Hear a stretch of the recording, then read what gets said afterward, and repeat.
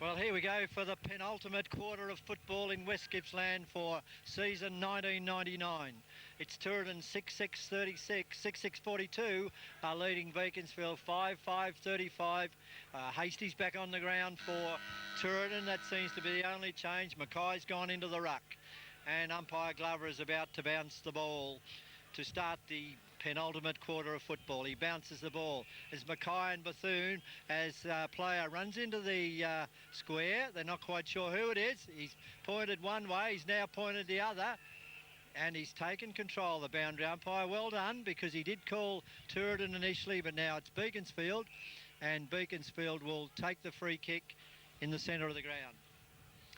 Yes, and I thought for a minute he was just going to let that go, but Ben McKay's got the ball as Beaconsfield look to go forward. Craig Lane's just running free just out here on the half-forward flank, but right in the middle of the ground, Ben McKay kicks the ball long, looking towards centre half forward and Hayden Robbins. Arvin Tarkas punched the ball. It's scrambled forward. Lane's there. Hamill's there. He kicks the ball off the ground. Ben McKay's there again. He just gives him a little bit in the middle there as he kicks the ball over his shoulder to McNally. Oh, big contest there. And Melfi, I don't think he finished up that well. Young Luke Donaldson kicks the ball, unfortunately kicks the ball off balance and kicks it out of bounds on the full.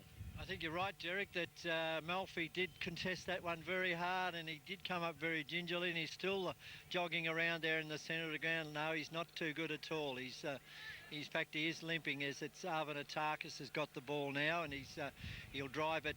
I imagine Vandermeer's calling for it wide on the flank, and Arvin Atakis is headed straight for him, but it's Mackay leaping well, and as you said at half-time, Derek, he could be a key player. Gets it to Clifford off towards... it was towards Evans, but it went over his head, and Edwards has taken the mark, and Edwards drives it up towards Sherritt and Mackay. Sherritt goes for it, knocked away by Mackay, playing very well. Picked up by Hilton. He drives it high into the air. There's not much finesse about them now. They're just getting the ball and kicking as Evans handballs it across to Clifford. Picks it up well from that handball. Heads home for goal, and that's a very lovely goal by Lee Clifford off some good handball. I think it might have been from McNally or Troy Cashman, but a good goal now puts them within 1 point of Turin. Yeah, very good goal. And at half-time, Bob, you mentioned to them that he had the Beaconsfield players together there, and he just asked for a lift from every player.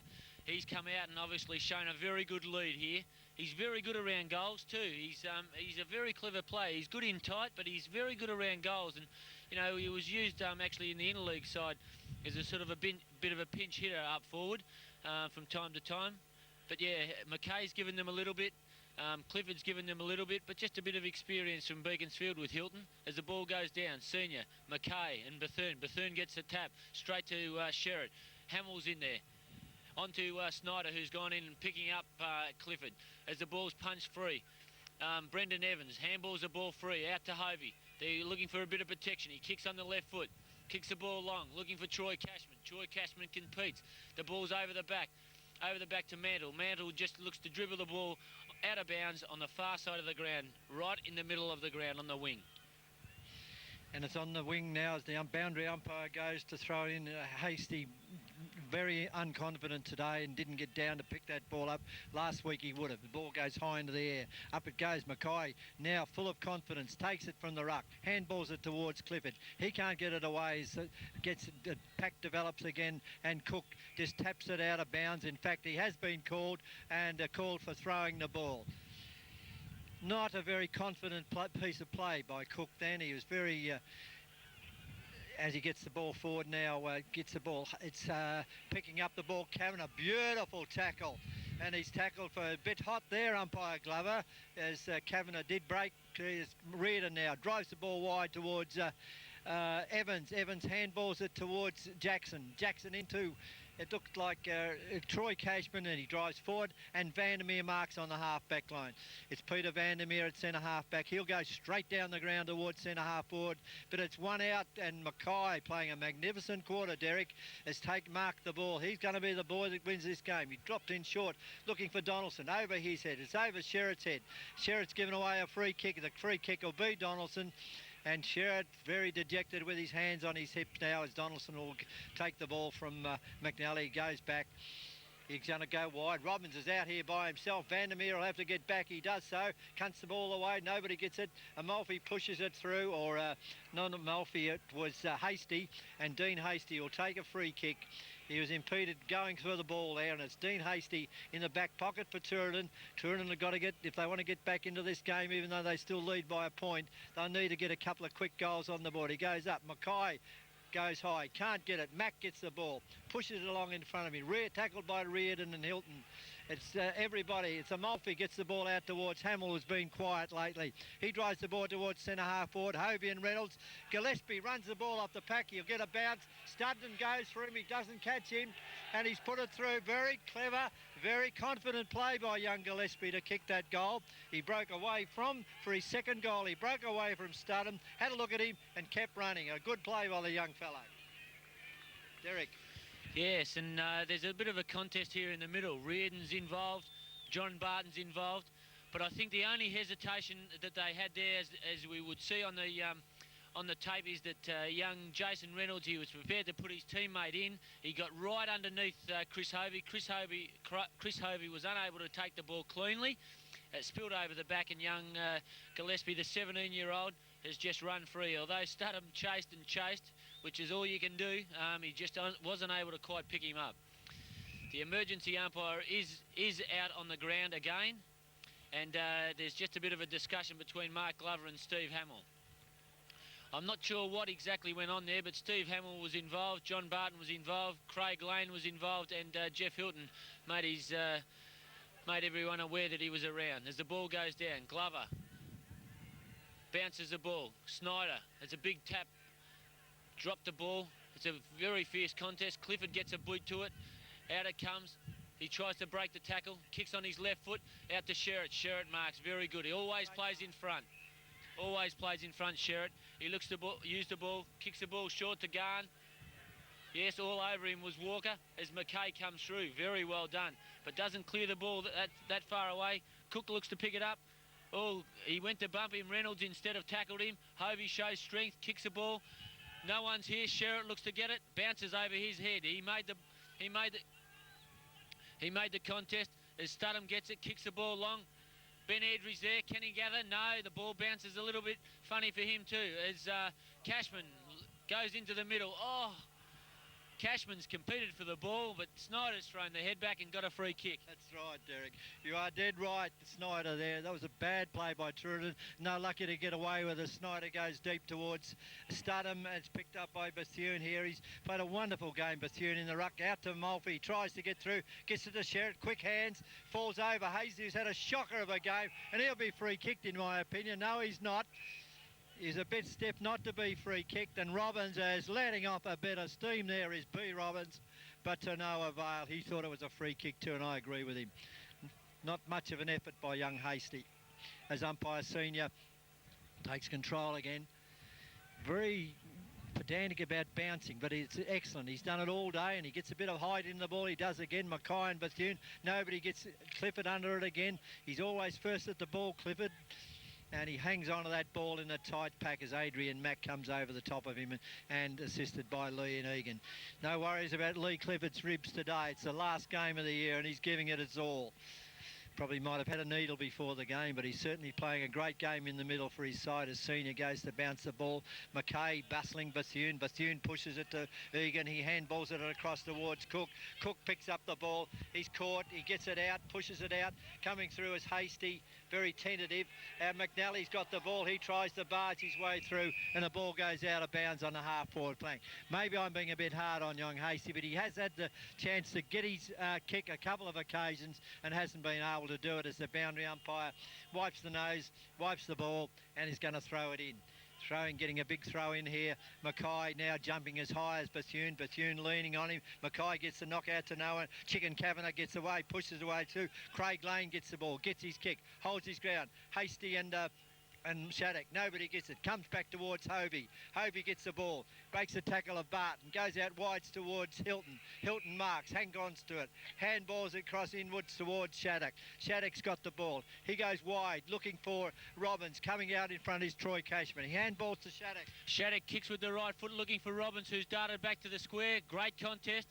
He keeps the ball in front of him. He looks to smother it, Arvantakis, as they hold the ball up on the pocket. They get it clear now. Can they get it free towards the goals? No, as they keep holding the jumper and saying, holding the ball, umpire. But the umpire would have none of that, and he'll say, it's mine, ladies and gentlemen. He looks to throw it up right in front of the little scoreboard. Turin 7-6 to Beaconsfield 6-5. 48 Turin to Beaconsfield 41 as the ball goes down. Up goes Big Vandermeer. Ben Edry was up, taps the ball back as they push the ball over the boundary line, and they'll look to throw the ball in. Yeah, so I'm just trying to pick up a few things. John Barton was able to come down the ground, and Jeff Hilton had to pick him up, so they had a free man somewhere there. And Melfi's been with Hilton all day since the initial bounce down as the ball's thrown in. Ben Edry goes up. In they go. It's Snyder or Hamill. But no, Troy Cashman gets the ball, kicks the ball forward, and it's a goal, a great kick. And that's what he has to do. He has to stay close to home and take those opportunities. So the scoreline now, 7-5, 47, ladies and gentlemen, which is Beaconsfield to Turin, 7-6, 48. And we've got a real contest, and they look to have a little bit more run in their legs at this stage, Bob. Absolutely, Derek, and we commented that on half-time, and the fact that a few of the Turin players have got their hands on their hips, but I don't think there's many changes Turin can make. Pim obviously is not fit. He hasn't played much part in the game today. He went off early. I think something happened to him very early in the game, and there's not many changes they can make, and Hamill's gone down a bit, and Beaconsfield are just starting to grind their way back into the game. And Mackay playing exceptional quarter. Ball goes. Nobody gets the breakdown. Mack gets the ball. He's tackled by Hilton. Hilton's certainly throwing himself into the game in the last quarter and a bit too. And he and McNally and Clifford in particular have been great players for their side. What's that? Clifford's gone forward, Bob. Clifford's gone forward, has he? Ah, that's interesting because that's the first time he's moved out of the middle of the ground all day. Up they go. Bethune gets the knockdown onto Hovey of Beaconsfield. Nobody takes it. In top of the ball there is Kavanagh. He pushes the ball out at not in time for the umpire to decide, well, we'll have a bounce down here. He pats Kavanagh on the back as he pulls his shorts up. Kavanagh went into the game with a bit of an injury too, and the umpire's waiting for him to do his shorts up. Very gentlemanly of him. Umpire senior pushes the players away.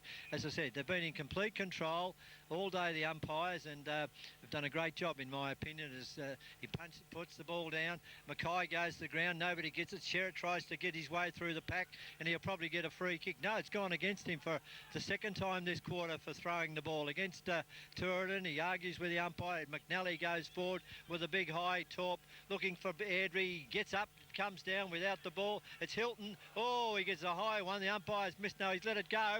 Shattuck will run in here and he'll goal. He doesn't miss too many goals. And Danny Shattuck's put them in front for the first time since halfway through the first quarter. It's Beaconsfield 8-5, 53 to 7-6, 48, and Danny Shattuck's second goal. Yeah, great piece of play there by Hilton. He was prepared to run straight at the ball. We were talking just at half-time off air that Sherritt's been running at the ball for Turin, and that sort of made a bit of a difference. But Hilton was able to run straight through the contest. He was prepared to take them on, handballed the ball free to Danny Shattuck, and he is a finisher. I mean, that's just mainly his job. He's just the man that they need to finish the hard work in close, and he does it very well. Great kick for goal. Mark Glover bounces the ball, and we've got a contest here. Ben Mackay in the middle, gets his hand on the ball. Bethune gets a second crack at it. Hilton falls to the ground. Big Bethune comes through, and he'll drive it long to the goal square. Where's Garn? Can he outmuscle? Yes, he can. Great mark. Great mark from... he's just able to outmuscle Walker there. Had him on his right-hand side, and that seems to be the preferred side. He always seems to be able to take those marks when he's got his main opponent on his right-hand side. So that's interesting. Now, he's a right footer. He's kicking into a little bit of a breeze here. We saw Sean Edwards earlier in the day kick a magnificent goal from here. He was a little bit further out, probably not quite as tight as this, but Garn is in the side, not only as the coach, but as the goal kicker. That's right, Derek, and I think that he'll certainly get some score. Hello, there's a Turin player on his back here, and umpire Glover's having none of it. As Garn goes back, this will put, if he puts it through, of course, will put Turin back in front. He doesn't even bother to run round. He just goes straight for the goal and plonks it straight through for a 1 point only, and that's 7-7, 49 to 8-5, 53. And they needed that goal, Turin, because their heads are down a bit. Garney's got his head down at the moment, but he's a great fighter, John Garn. Don't think he's given up the host. But this man Hilton, who's now leading into the pocket, he's the man they're going to have to watch, because he's really on fire this quarter. As Walker goes deep towards Mackay and Jackson. Jackson goes up, doesn't get it. Egan gets the run of the ball. He handballs it across to Hamill, who's been very quiet. He gets pulled back out of the play. Underneath that play there is Studham, not Studham, but umpire Glover is right, because that player definitely did not go to try the puts the ball out, Chris Hovey. And the free kick's going to Chris Pym. Bit probably too far out for Pimmy, I would suggest, with that gammy leg of his.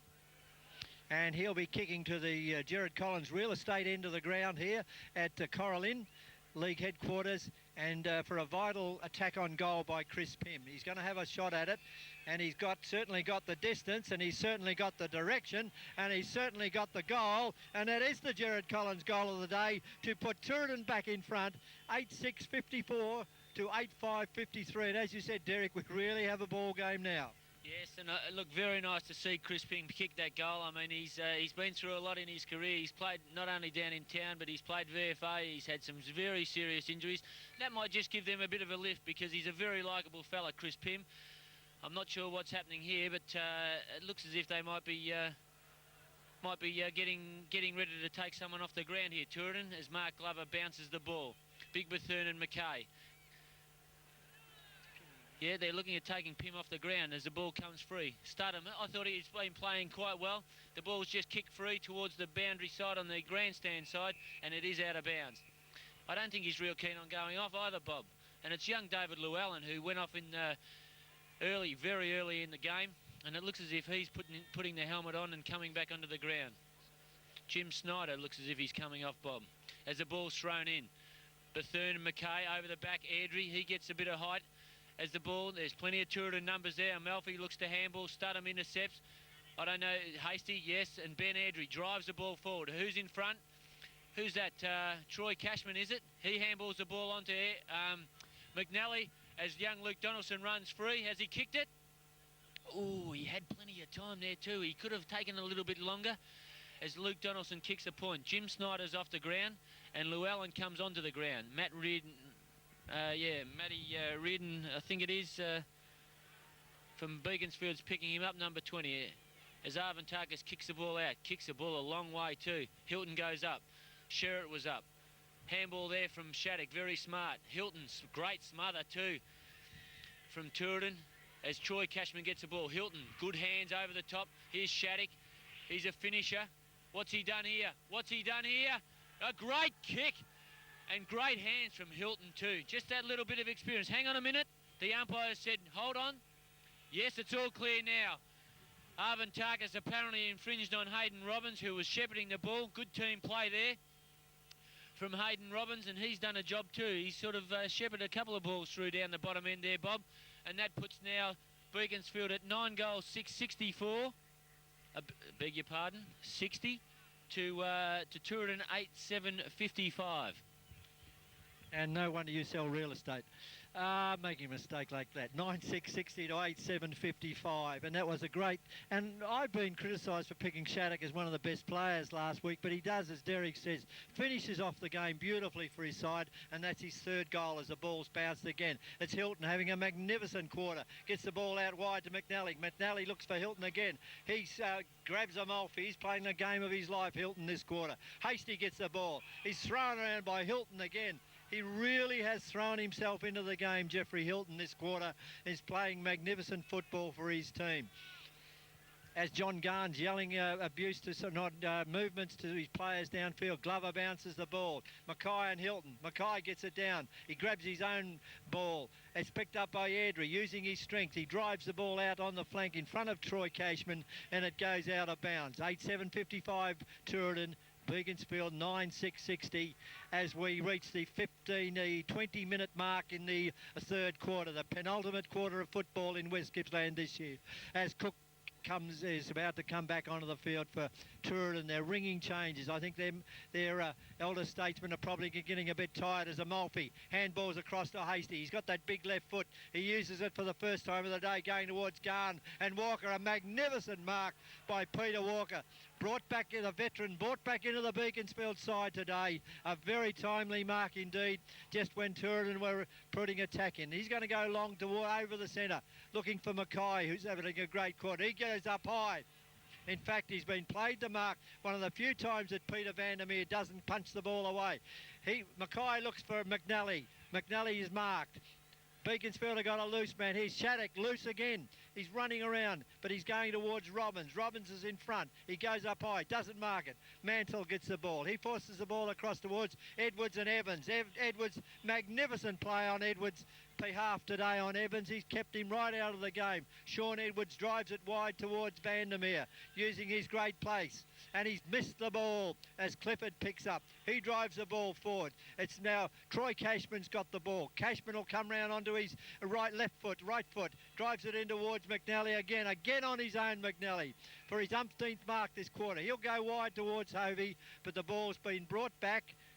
For some reason, umpire Glover is making him kick over the mark. No, the free kick has been reversed, Eric, holding the man while they were contesting the mark, was it? Well, I'm not sure, Bob, what it was, but it was Glover was further down the ground, umpire Glover, and he's paid holding the man as Mac kicks the ball out towards Chris Pym.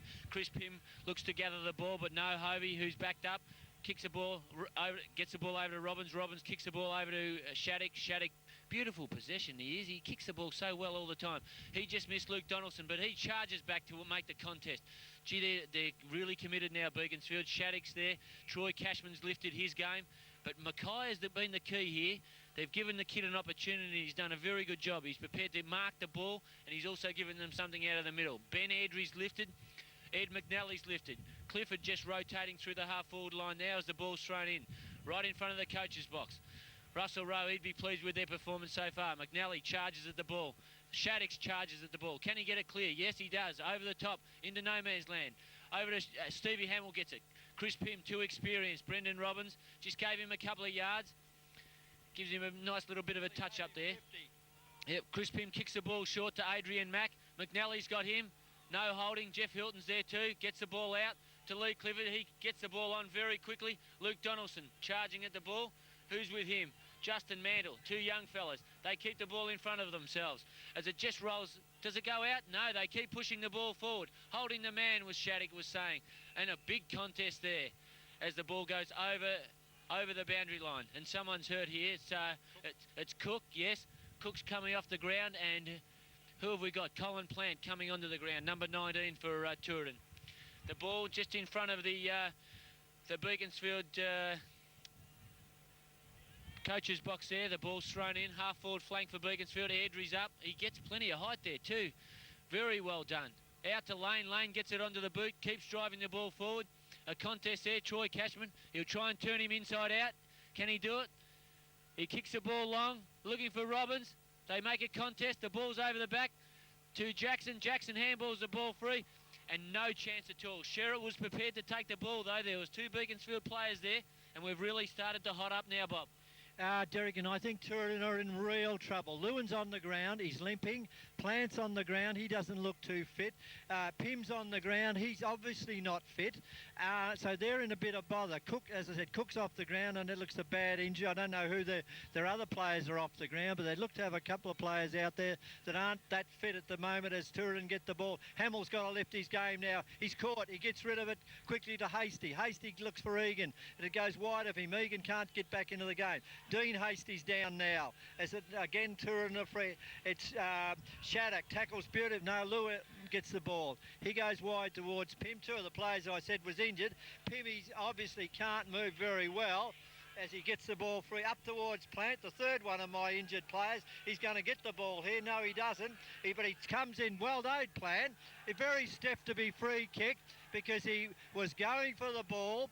And it was one of the few mistakes I feel that, in my opinion, umpire seniors made as he kicks it wide towards Airdrie. And Turin have stopped to a walk. You've got players out here now who I can't see them very committed. They'll have to lift very hard as Sherritt tries to lift his side by giving a deliberate free kick to Clifford, and Lee Clifford playing now on the half forward, flank forward pocket, goes towards centre half forward. Jackson's got the sit, he can't get it, over the back it goes. Airdrie's in there playing good football this quarter, and another Turin player down. They are going down like 9 pins at the moment, Turin, as it's, who is it, Sean Edwards limping his way out of the pack, and he goes down, and then they're short one player again. If he can't get up. No, he's up on his feet, but he looks to be in a bit of trouble as umpire Brad Senior is about to bounce the ball. They're calling players down. Hamill's calling Egan into the game. Oh, Edwards looks in a bad way. Oh, yes, he looks in a bad way. He looks in severe pain. And that's going to be a huge blow because he has put Evans out of the game as Vandermeer gets the ball, pushes the ball forward. Jackson picks it up. Kicks it wide towards McNally, is it, or Donaldson? It's McNally. It's Sherritt with the ball, trying his darndest in the back half. Arvanatakis gets he can only kick short. A good tackle there has been marked by Clifford. That was a wonderful tackle by Shattuck again, I think, Derek. Robbins, was it?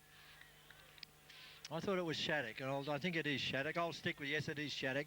They're tapping him on the head, and Arvanatakis' short kick was marked by Clifford, who's been a great player for his side all day, and Sean Edwards is definitely out of the game as a Mulphy, who must be injured or else he would never have been off the game. And Clifford has put it through for a one behind.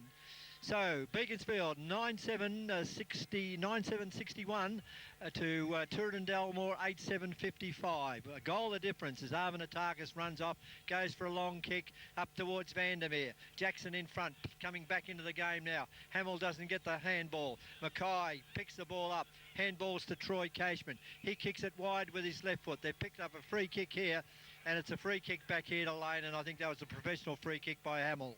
Yes, and Lane has stayed very close. We mentioned that they just had to cut Hamill out of the game. He'd been running forward early in the game with no opponent. Lane gets a free kick, handballs it on to Hovey. Hovey kicks with the right foot, looking forward, looking for McNally, but up he goes. The big fella there, Peter Vandermeer.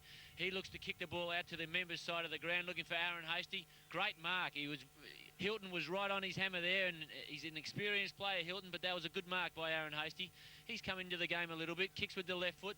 Looking forward, Bethune, great smother by Studham. He's just determined. He just pushes them aside as he tries to get to the contest. Brendan Robbins is also over the ball. And Kavanagh, who had an influence early in the game. And they're balling the ball up right on the wing. Mark Glover. The umpires have done a very good job today. And the players, I mean, it's been a good contest all round. Absolutely, Derek. It's been a wonderful contest by both sides. There's been no animosity in the game, a couple of fisticuffs, but that didn't hurt anybody. The ball's kicked wide towards Egan. He needs to lift too. He's balked around. Jackson here gets a handball across to Hasty. Hasty goes in short towards Sherritt, but she can't get to the ball. It's Hilton again. I'd love to know how many kicks he's had this quarter, and every time he gets it, he hits somebody. He hits Shattuck. Shattuck onto Clifford. Clifford out wide towards Robbins. Robbins will get the ball. Well shepherded by Donaldson, drops it in short towards Evans, and Evans is marked. Well, as I said, that nothing against Evans's game today, but Edwards has been spectacular on him, and Donaldson's coming off the ground now to be replaced by Shane Cashman as Clint Evans, kicked 8 in the game last week at Narnagoon, is having his first shot at goal for this particular game, and if he does, it'll be certainly Beaconsfield's biggest break in the game. 9-7, he goes for goals. It's not going to go. Yes, it has made it. Evans kicks his first goal of the game from the pocket.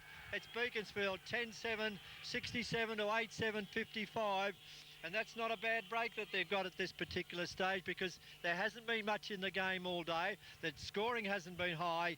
And 2 goals at this stage of the game. And we've both said that this side will be a lot fresher than Turin. And it could be that from now on we might see Beaconsfield will have to get Turin will have to get a goal quick and lively as Vandermeer comes into the ball now, and Bethune's now at centre half forward. Yeah, as the ball goes down, McKay in the middle gets another hand to it. Lewin gets the ball. Number 53 kicks the ball out towards the wing. A few changes. Gillespie's gone on to Evans in the forward pocket after Edwards has been injured. And the other thing, Hilton, Shattuck and McNally have been outstanding this quarter, along with young Ben McKay. We've praised his efforts, but they've been very good. Turin, I'm just not sure where they can lift. They need some drive from someone. McKay gets to the ball first. There's 3 Turin players there.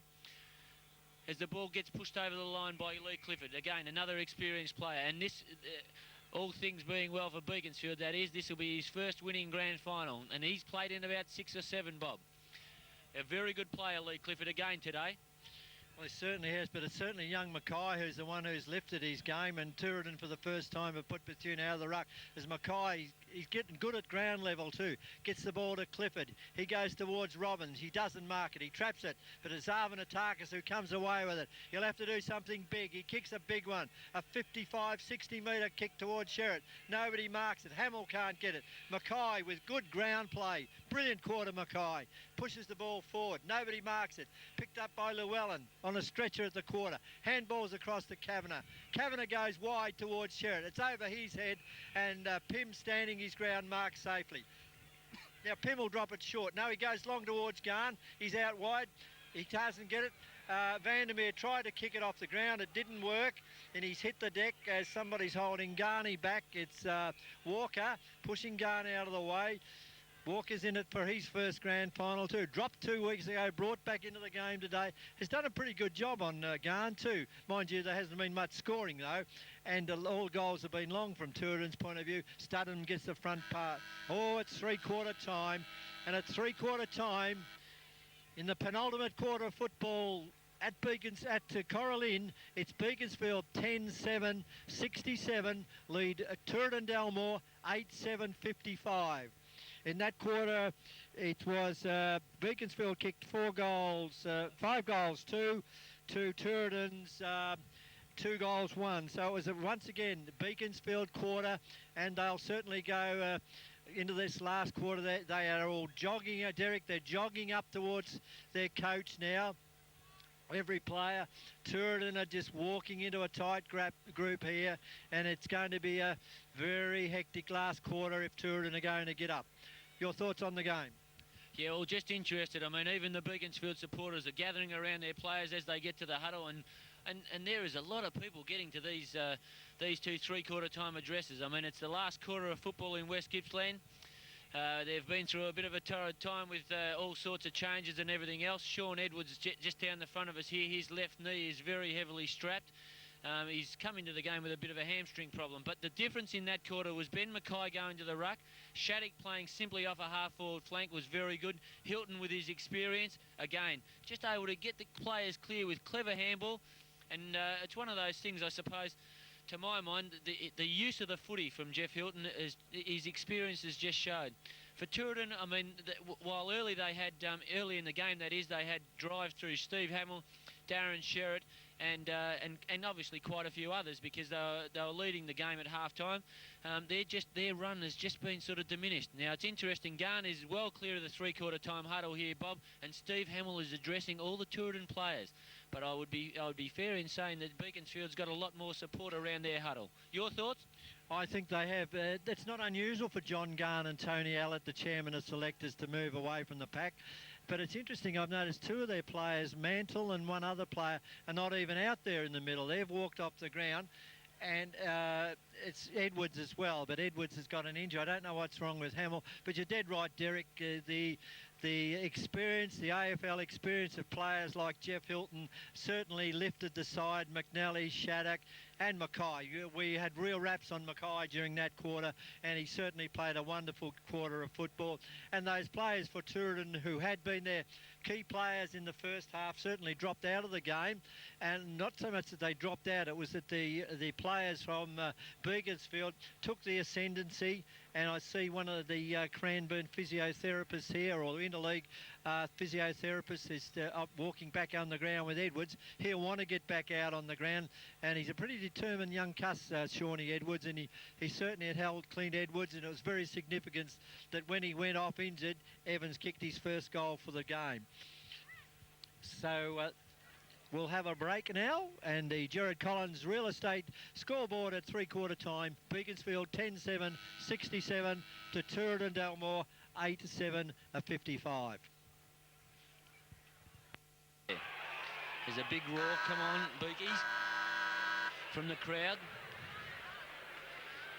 Yeah, that outstanding quarter of football by Beaconsfield. They've kicked 5-2 to 2 goals, 1 in that quarter, and I honestly believe that if there was any favouritism as far as breeze or anything else, it'd be drifting down the far end of the ground, which is the main scoreboard end of the ground, as all the supporters disperse from the Beaconsfield huddle. And they're looking pretty fresh, and it'll be very interesting to see with Sean Edwards, who is out on the ground. If he takes Evans and Evans is able to break free, that could hurt. That could hurt Turin. And as far as Turin's concerned, they've got Kavanagh going into the middle. They've tried to get a little bit of run in there. Egan's gone into the middle. They've got Bethune going from the ruck, and he's rucked beautifully today, and unchanged up until that third quarter. We've got Peter Vandermeer in the middle. We've got Stevie Hamill. Now he's being followed around. It doesn't matter where he goes, Steve Hamill, but Craig Lane is doing a job on him since half time. Bob, your thoughts? While I've been watching the game, is the players, while you've been talking, Derek, and the player that continues to impress me is Jeff Hilton. He was just urging all these players on there, and I've noticed there's a Cashman down underneath. I don't know what he's doing there. Is he on the ground or not? He's just down underneath it. I can't see him. Yeah, look, I agree with your thoughts. I think at this particular stage, it looks to be Beaconsfield. The fact that Turin have now put Vandermeer and Egan onto the ball. Egan has played very few games of football this year. I was right. Shane Cashman was standing down there, hiding in the stand as Cook comes back onto him. And you did right. It seems to me that Turin have put all their, and they've got Steve Hamill, Egan, Vandermeer on the ball against Clifford, Mackay, Lane's on the ball, Hilton's on the ball, and Aaron Hastie's on the ball as well. And here we go for the last quarter of football in West Gippsland for 1999, as umpire Mark Glover is about to bounce the ball. Very particular, as I've said all day, with their bouncing, and bouncing's been good. This one's not too bad. Vandermeer gets the knockout over towards Gillespie. He can't pick it up. Clifford at the bottom of the packet again. Mackay puts it forward. Vandermeer tackles it forward. Lane pushes it forward. Hilton will do something with it, as he normally does. He goes, Shattuck looks back. Barton, who hasn't done much all day, gets the ball out towards Cook. Hastie picks the ball up down towards Mackay, and a safe mark by Brendan Robbins over Chris Pym in the centre of the ground. He goes towards Evans. It's over his head, and Edwards back on the ground takes a mark safely on his check. Here's Pym out by himself. Goodness me, why he was let out there, I don't know. Pym on the wing. He's got the ball. He's going to lift for probably his last quarter of football. Lovely pass in towards Garn. He trips, or he was tripped, yes, and he'll get a free kick about 60 metres out from goal. John Garn. Yeah, I don't think there was much in that, but he's made the most of it. Edwards is just with that, he's had actually contact with his teammate there, Shane Cook, and he's coming off the ground, been playing on Evans. Garn kicks the ball forward. He's moved up the ground a little bit himself. Big Bethune is in there. Mackay is in there contesting the ball. Bethune tries to break free. He's tackled. He's scragged. Who's that? Pym trying to get the ball clear. As Beaconsfield clear it out towards Peter Walker. They're trying to expose a bit of pace as they just run at the man instead of the player. Trying to get the ball. Ross Jackson, who I think's been quite good today. Shattuck in front of Hastie, and he takes the mark, or he's paid a free kick too high. Shattuck looks up the ground. Plenty of open spaces here for Beaconsfield. He kicks the ball with the right foot. Looking out there for Clifford. Lee Clifford can't quite take the mark. Shane Cashman's there. He handballs the ball free to Lee Clifford. Out the back to Cashman again. Out to his brother Shane. Shane's in half forward. Kicks the ball short. Here he is, Evans. He can hurt him. Great smother by Plant. He was prepared to run at the ball. Lou Allen's there. He's not 100% either. Ben Edry tries to tumble the ball forward. Plant pushes the ball towards the boundary line, and it's over the boundary line in front of Shane Cook and John Barton. Evans, mustn't have seen Colin Plant coming at him. I mean, he's a big fella, Colin, and I thought Evans might have just sidestepped him, seen him at the last minute, but no, not to be. Great smother. The ball's thrown in Beaconsfield's forward pocket. Hayden Robbins is standing in the goal square with Robert Arvantakis. Edry's up. Vandermeer's up. Hits with the left hand. Clifford gets the ball again. He kicks with the right foot, looking for Shane Cashman, and Shane Cashman just drops straight into the hole. Magnificent grab. Clifford has been outstanding around the packs. He just continually keeps his eyes on the ball and looks up at every opportunity. Oh, you're dead right, Derek, and he's worked his way to possibly best man. He and Hilton, in my opinion, were nearly best man on the ground. Shane Cashman early in the last quarter could put the sealer in. Oh, if he's missed, that's a bad miss, and he has a very bad miss. That could have put the sealer on the game. 10-8-68 to 8-7-55, and now Turin making another change as Cook's going off.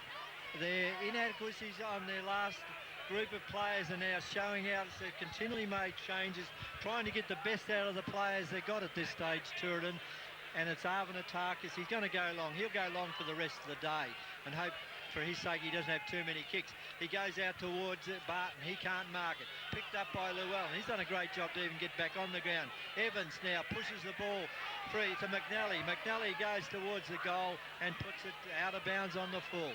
But at least from the Beaconsfield's point of view and Russell Rowe's point of view, the ball is down there into the ground. It is 1 point, so it's 10-9-69. Didn't go out on the full. Arvantakis again looking for Sherritt. Clifford's at the back. He gets the punch down. He doesn't. Pym's in there. Reynolds is in there. Reynolds gets the ball out to Clifford again. Clifford is flattened behind the play by Sherritt, and there'll be a kick. No, not downfield. Yes, it is. Yeah, the kick is going downfield, and it'll be Ed McNally with a kick, or 50 metres. It'll be 50 metres, 51 metres from goal as he kicks for goal. And this probably it'll be a good one if he gets it through. And I can tell you here and now that McNally puts this ball through 5 minutes into the first quarter. It's good night, Seagulls. McNally goes back. He puts all into it. It's gone high. It's gone long. It's gone straight. It's gone through. And that's a goal. And as we said, that could nearly be the winning goal of the game as Ed McNally kicks his third goal of the game for a free downfield for an indiscretion by Sherritt on Hilton, and a great goal by Ed McNally. 3 goals for the game. Turin 11-9-75 to 8-7-55. So they are gradually heading for their first premiership in the West Gippsland Football League, the Eagles. Great goal by Ed McNally, a match-winning goal if ever I saw one. And now, what's going on here? There seems to be a lot of noise. Not much, no, nothing happening as umpire senior is about to bounce the ball, and this could be a blowout like last night's preliminary final. Vandermeer gets the ball. Clifford again, handballs it towards Edry. Edry doesn't get it. Goes out towards Hilton. Stands back, tries to grab it in. Plant grabs it. No, it's Vandermeer. He goes forward towards Egan. He can't mark it. Picked up by Mack. Goes wide towards Hasty. Had a shocker. Reardon has been a great player all day. He's going to get the ball. He's pushed out of the contest. It's Pym jumping in on top. He's having a go there. Coming in here is Plant. Plant picks the ball up. He kicks it wide, but it goes only short to Lane. He handballs it towards McNally. McNally, Clifford again to Reardon. Reardon gets it to Mackay. Mackay on to Troy Cashman. He'll find someone with a short kick. Goes wide towards his brother and Robbins. Robbins can't get it. Arvantakis hard on his hammer, and the ball will go out of bounds. Yeah, great contest. Clifford involved there again. Reardon was good, just kept pushing the ball forward, and Studham came in to assist. Now they can ill afford another goal here, Turin. Beaconsfield, they're looking to just drive the nail into the coffin. Evans is being picked up by Gillespie, Palant and Edry to contest. Edry takes front possession. Evans pushes the ball forward, barges his way through. Snyder there, just drops to the ground. Clifford again in close. Cashman can't do anything, and the umpire, Mark Glover, says, I'll have it, thanks very much. Now, they need to get the ball clear here, Turin. If there's any chance of coming back in this game, Beaconsfield 11-9 to Turin, I beg your pardon, 8-7. Glover bounces the ball. Vandermeer punches with the back of the left hand. Snyder just drops to the ground. No attempt to get rid of the footy. They need to just keep giving the ball free and keep moving the ball forward at all times. Evans is just lurking. Colin Plant at the back of the contest. Who's going to compete in the ruck here? Ben Edry looks as if he'll get up there. There he is, punches the ball clear. Snyder is there. Edry pushes but no, the ball's straight over the boundary line. Again, the ruck contest. Ben Airdrie pushes himself back. They need to get one over the back. Shane Cashman needs to get over the back for Beaconsfield, while Ed McNally, Evans will push forward in the middle. Ben Mackay comes in to try and contest as well. There he is, Evans pushes the ball forward, tries to get the ball clear. Holding the man, Colin Plant, and that's 50. That's 50. Clint Evans just kept running the ball forward, but Mark Glover says 50, thanks. Good umpiring by umpire Glover. Then Derek, and because Evans knew the ball, and it's interesting that Evans has come into the game a bit since Edward, his tag was taken from the field, badly injured. In the 50 metres here, and as you say, look, Turin have got to get this ball forward quickly now, and not only do they have to get it forward, they've got a goal out of it as well. As Plant's got the ball in the centre of the ground, he goes towards Bethune. He's out of the contest already. It's over the head of Garn. He can't get it. Turin backing up well. Beaconsfield backing up well. Mack tries to soccer it off the ground, as does Reynolds, but it's Jackson coming through. He picks it up, doesn't get it out, and umpire Senior right on top of it. He's going to take the ball and he's going to bounce it. And as we said, right throughout the game, well umpired by Senior and Glover. They've done a great job here today. A couple of mistakes, but that we're only human, and we were able to pick them up from our bird's eye seat up here in the grandstand, of course. Very clever umpiring when you're not on the ground. Umpire Senior bounces down. Bethune gets it to no avail. It goes out wide towards Sherritt and Troy Cashman. Sherritt can't get it. He's pushed out of the way. I think he's going to get a push in the back. No, it's going to be a throw-in. Troy Cashman is now, well, he might have been playing on Sherritt for a while, and I think he's probably put Sherritt right out of the game, quite frankly. It's been a good effort by Cashman, who normally is the aggressive, attacking sort of a player, and he's been turned into a real team player this year. As it's Vandermeer gets the knockout, it goes over the head of Reynolds. Garn can't pick it up. He battles in there again. It's on the deck. It's picked up here by Pym. Pym's got the ball on his left foot. He's a bit of a goal sneak, Chrissy Pym. And in fact, I think his goal sneaked it through for 8 points. It's a 8.56 to 11.975, and it's looking good for Beaconsfield as the kick-off goes wide towards Cashman. Kavanagh tries to get to him, he can't, it goes out wide. Mackay goes up high, he can't mark, Barton can't mark it. Clifford gets it, a great player as we've said all day, and he's taken to the ground by Barton, and it's no score. In the centre of the ground, ball up by umpire Glover. Mackay will be in there. It's Bethune back in the ruck. Egan's in there as well. Bethune, Mackay gets it, and he's now playing much better than Bethune. Barton gets the ball, he's looking for somebody. Jackson shepherded off by Llewellyn. He goes into the centre of the ground towards Vandermeer. He can't mark it. Also in there was, who was it? Mack, he can't mark. Now the ball's gone wide towards Shattuck and Hasty. Shattuck gets it out towards Shane Cashman. He's going to centre it towards Ben Airdrie, who's out in front of Plant. He'll be too quick for Plant, Airdrie. He gets the ball. Handballs it back towards Shattuck. Shattuck comes inboard towards Ed McNally. He gets caught. Should have been free kick. Wasn't. Sherritt gets the ball. Out towards Kavanagh. Kavanagh taken by Shattuck. Breaks the tackle. Turns. Goes towards Robbins and Arvanatakis. He'll mark this. He drops it, Robbins. He's got it. Handballs it towards nobody in particular. Hovey gets the ball. Hovey kicks the ball. Hovey kicks the goal. And that's it. Good night, Nurse. 12-9, 71 to 8-8, 56. And you can say the game's over now, Derek. Yeah, great piece of play. Shattuck made the contest. He ran straight through the ball there. He was able to twist and turn and get the ball free. We thought Robbins had marked. Arvanatakis has done a good job there. He was able to get to his feet and get the ball clear to Chris Hovey, who drove all the way forward there. He's been playing off a half-back flank. Where is he now? Has he gone back to the half-back? No, he's in the middle of the ground. So they've made a few positional moves, Beaconsfield.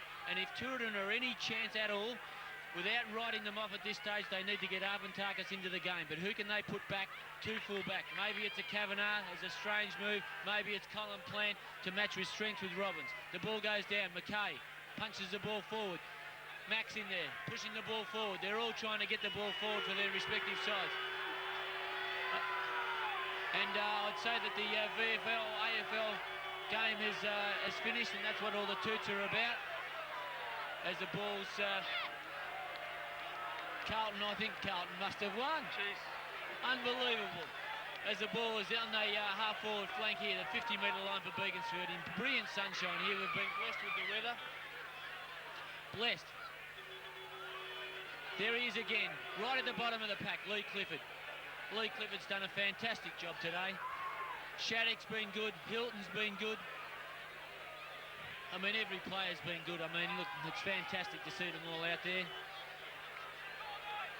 Glover goes to bounce the ball. Who's up in the ruck? Airdrie. He's done a good job in the ruck too. He gets a bit of spring there. Mack tries to clear the ball with the left foot. Barton's in there. Handball's free. At the back of the pack there is Troy Cashman. Just punts it forward to Ed McNally. Ross Jackson, good handball. He'll kick this. Clifford, he'll kick. No, he won't. To the top of the square. Robbins pushing, shoving. The ball bounces. There he is, Shane Cashman, and he goes. He goes. They just keep running the ball to the square. Shane Cashman has kicked another one. What's that? Has he kicked one before? No, that's his first goal for the afternoon. And Bob, your thoughts?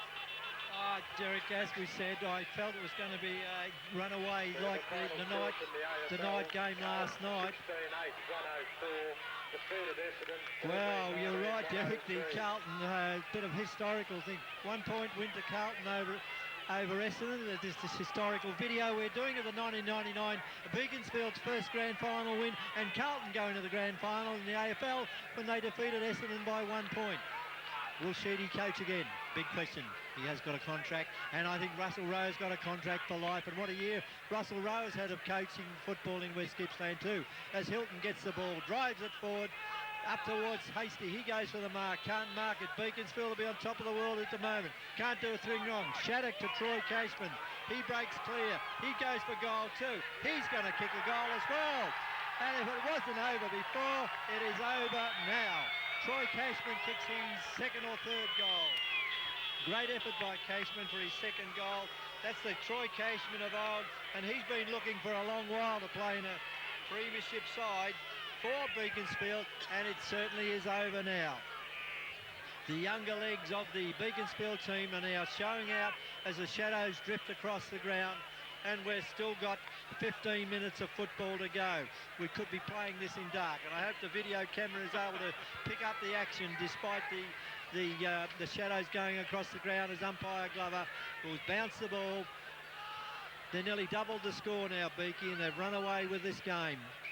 As the ball goes up in the ruck, it's a free kick, and it's Hilton got the ball. He'll be a tired man tonight, be a happy man as he handballs towards Evans.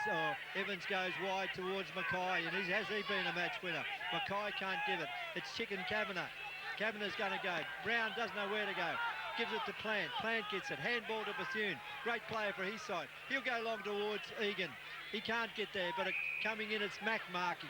Mack will go centre out there towards Hasty. Hasty can't get it, but taking the mark for Turin is young Lewin. What a player. He's about in the same spot where he was taken off the ground on a stretcher in the first quarter. And it's David Lewin at centre-half forward going back, and he'll have his kick for goal. 16 minutes into the final quarter of the game here, the grand final for 1999. Lewin goes back and kicks it. It's drifting a bit, but it's gone through. And there's a bit of support still out there for Turin, and as they go to 9-8-62 to 14-9-93, but the game is certainly well and truly over.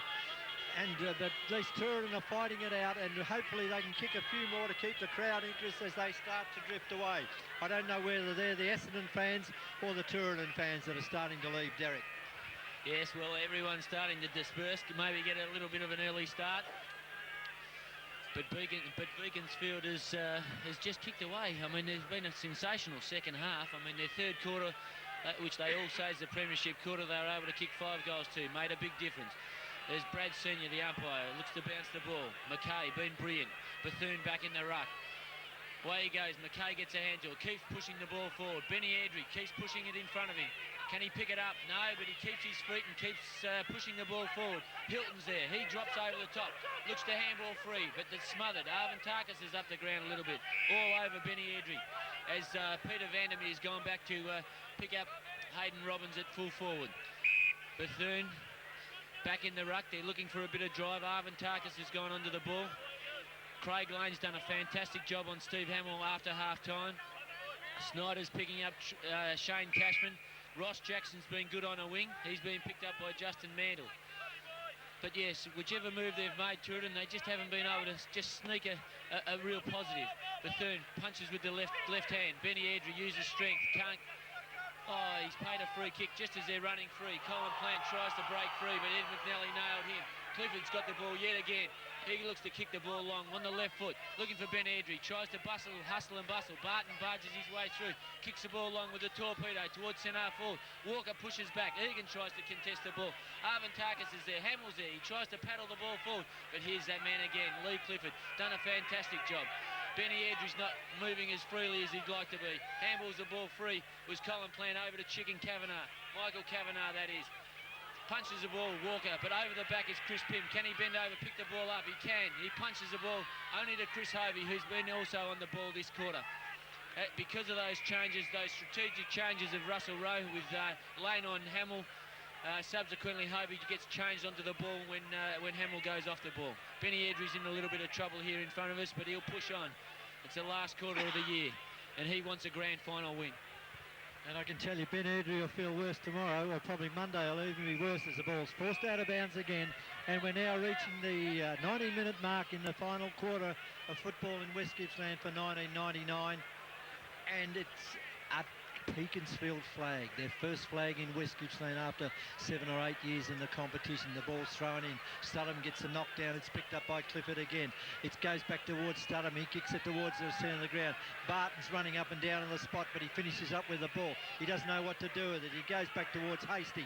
Hasty will drive it long into the forward pocket. Going up high is, who was that there? Looks like Donaldson. I don't know whether it is, but it's Hilton again. He and Clifford have been sensational in the last half. He gets the ball forward. It's Turton with the ball. No, it's Clifford again. He's got the ball. Tries to get it Mackay. He doesn't get it. Kavanagh playing a good last quarter. Drives it in towards centre half forward. And Hamill takes Sherritt takes the mark. Darren Sherritt been a quiet player since quarter time. He's got the ball 30 metres out from goal. And if he can put it through, it'll make it only 4 goals the difference, but I'd say time will be against them kicking. He's got to kick this goal. He'll kick it right to left. He's going in. He does kick it right to left, but it stays right and didn't go left at all. And that's another point to Turriton, and they go to 9-9-63 to 14-9-93 Beaconsfield. 5 goals the difference, 7 minutes to go, Derek. Yeah, it's been an outstanding performance. It's actually a very good game up till half-time. Beaconsfield, as I said, came out all guns blazing in the third quarter. Walker kicks the ball out to the far side. McNally been a very good player today. Very good player. Just pushing forward through the lines, and he kicks the ball with a bit of penetration now towards Troy Cashman on the far side. Barton's with him, holds him up, and there's a free kick. Brad Senior saw that, said, "Your kick, Troy," as they march towards their first grand final win. And I can just imagine the elation at Beaconsfield. They've had three sides previously today, unfortunately defeated for them. Drew and thirds and fourths are able to win, and then Rock was able to nail them in the seconds. As the ball goes forward, Benny Airdrie runs back to contest the ball. Robbins is there. It's a contest. No one's trying to push the ball out, and umpire Brad Senior says, "I'll have it, thanks very much." There's a bit of a mismatch here with young Lewin and Mackay, as Mackay goes towards the full forward line. John Garnes had to push his way forward, and now Robbins is pushing himself to the goal square. Who's with him? Who's picking him up? No one seems to care. It's a blood rule. It's a blood rule. Who's got the blood rule? Yeah, I think Robbins is the one with the blood, and the umpire is, the Turin players are pointing towards to player Robbins, and if in fact Robbins has got the blood, he was very clever. He came down towards the goal, got out of the play. I think Garn knew that he had the blood on his head because he wasn't even moving towards him. And Hayden Robbins is coming off the ground. Jim Snyder is coming off the ground for Turin. Robbins with the blood rule. Snyder just coming off, and blood rule as well. And coming onto the ground now we have O'Callaghan and Cook for Turin, and O'Callaghan for, or is it Donaldson? Donaldson coming on for Beaconsfield. Hasn't had a good game today, young Donaldson, but certainly the experience will do him a lot of good. But help them get into the final, the big game and he can always say he played in Beaconsfield's the last grand final of the century, can't he? Exactly right, Bob. And I mean, for a young fellow, he's played a bit of Dandenong Stingrays football this year. I mean, it's a fantastic experience for him. Arvin Tarkas has gone to the middle of the ground and picking up Hilton now. But they need all posts a winner. I mean, it's all over, as we know. But I mean, there's no point defending at this particular stage of the game, as it's just a mad scramble again out on that far side of the ground. About 35 metres, 40 metres from goal. And yes, I think everyone's just waiting for that final siren. We're 24 minutes gone now in the final quarter.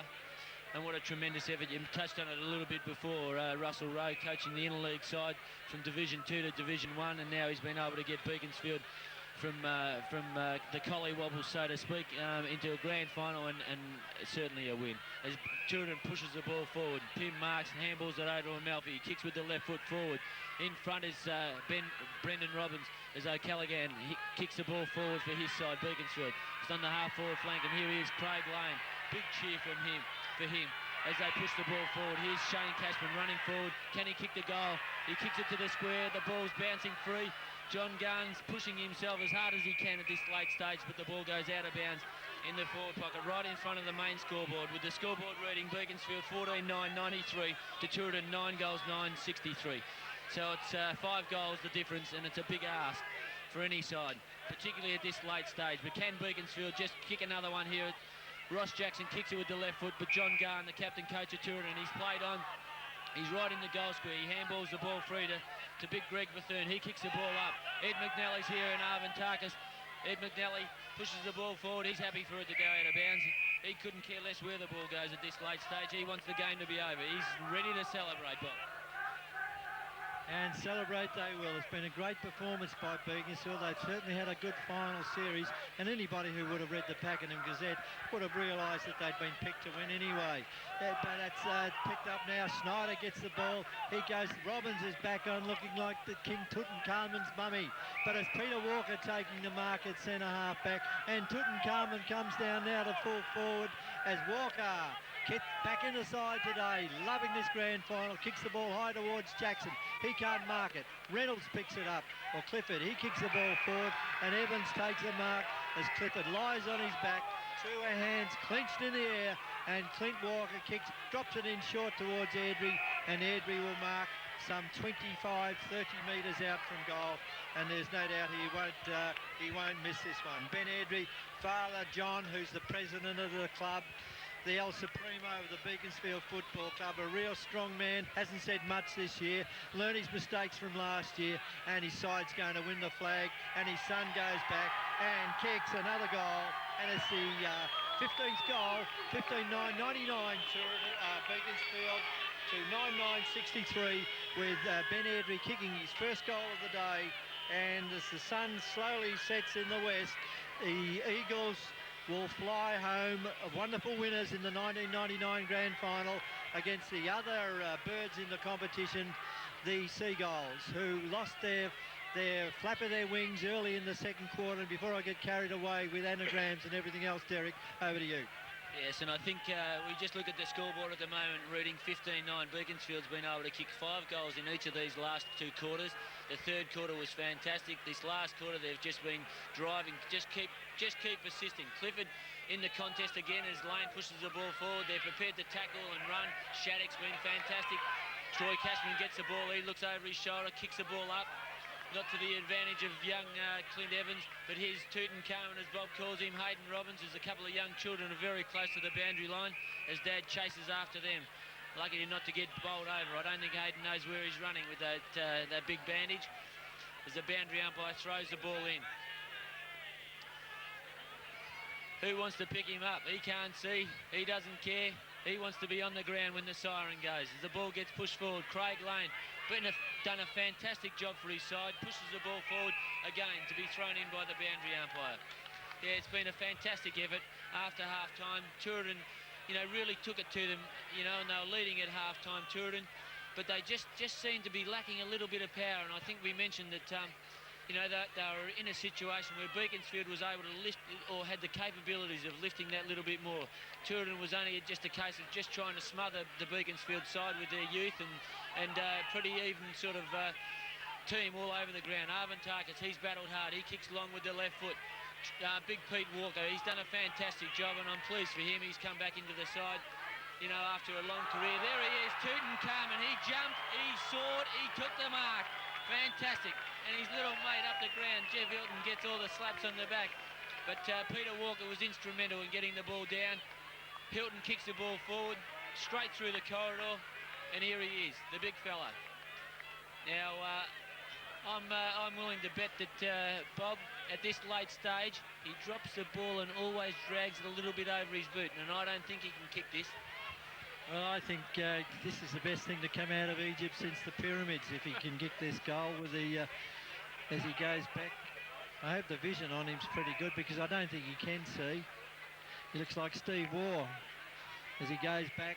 Hayden Robbins, a very flamboyant player, a very flamboyant kick for goal, and it's a very flamboyant point he's kicked, and you're right, Derek. You should be coaching a West Gippsland side, son, with thoughts like that on the game. And I'm just looking across the ground here.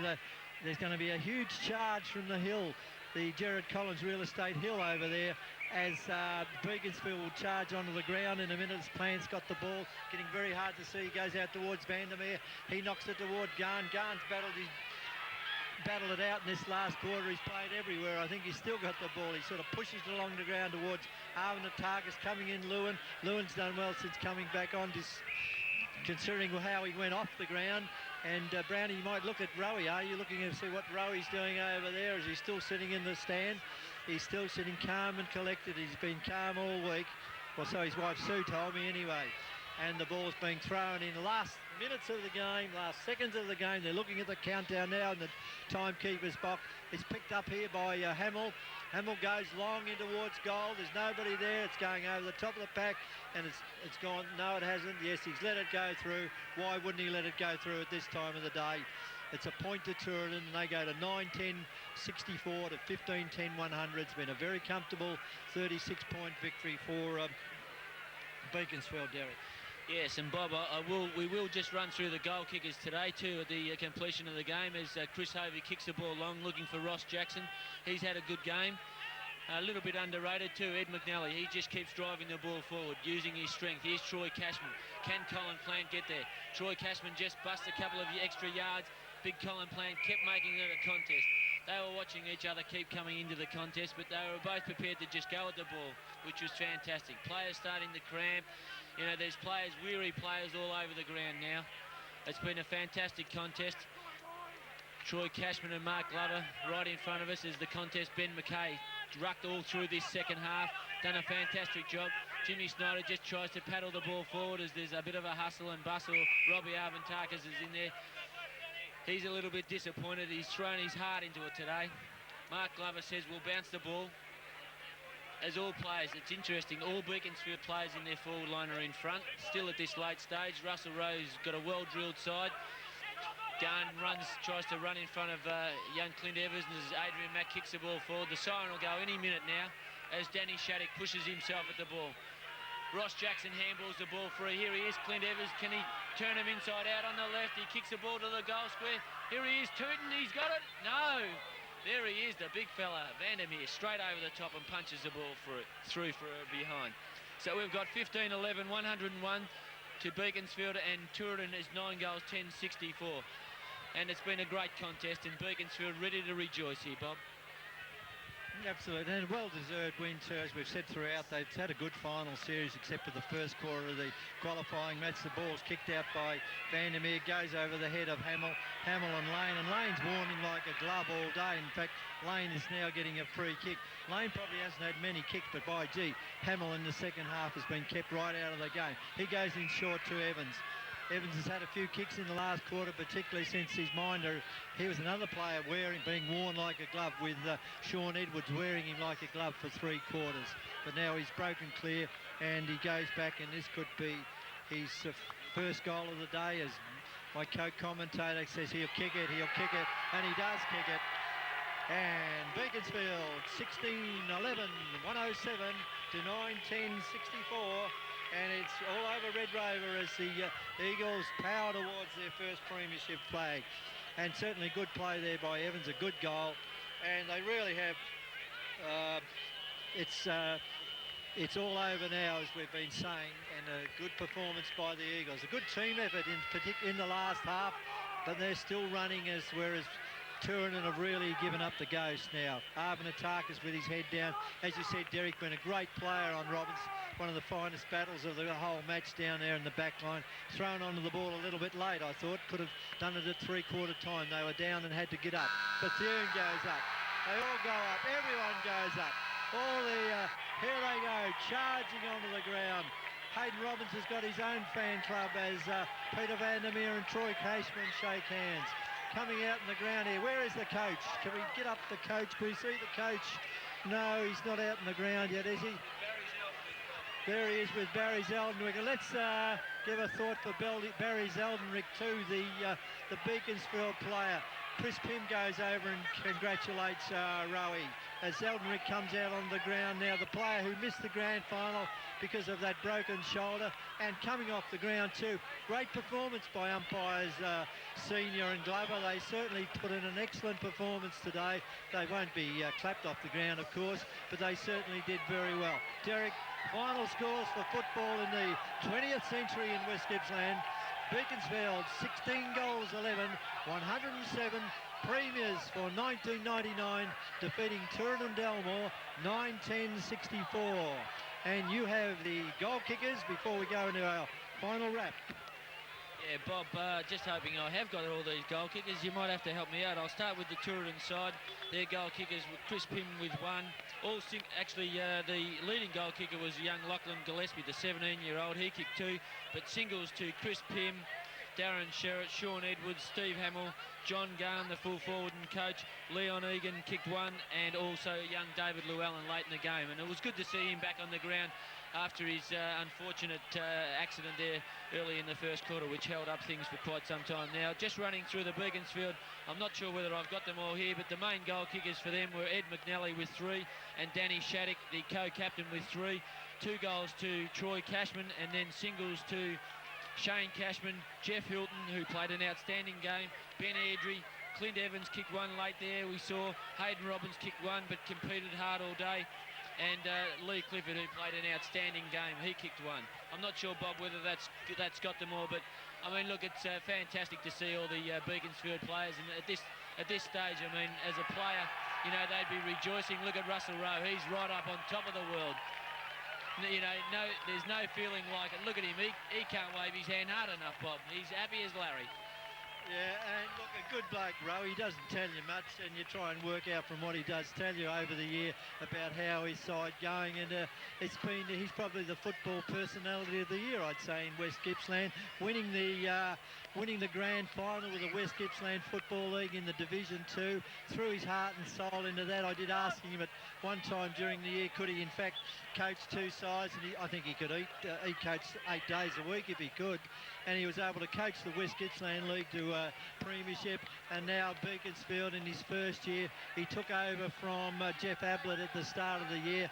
Ablett had a star-studded side last year, but it was the old adage of a team of champions can't beat a champion team, and Rowe decided that this year they did get some players into the side like Robbins and Clifford and Evans, but it was a champion team rather than a team of champions. Some of those players might have played as individuals during the year, but when it came to the finals and the final crunch, it was a champion team. And they always, even though Turin get in front, and because of their experience early in the game, they were leading at half-time. I think youthful enthusiasm and a talented, very fit side, a very fit Beaconsfield side, were able to take the game in the finish and run away winners by 31 points.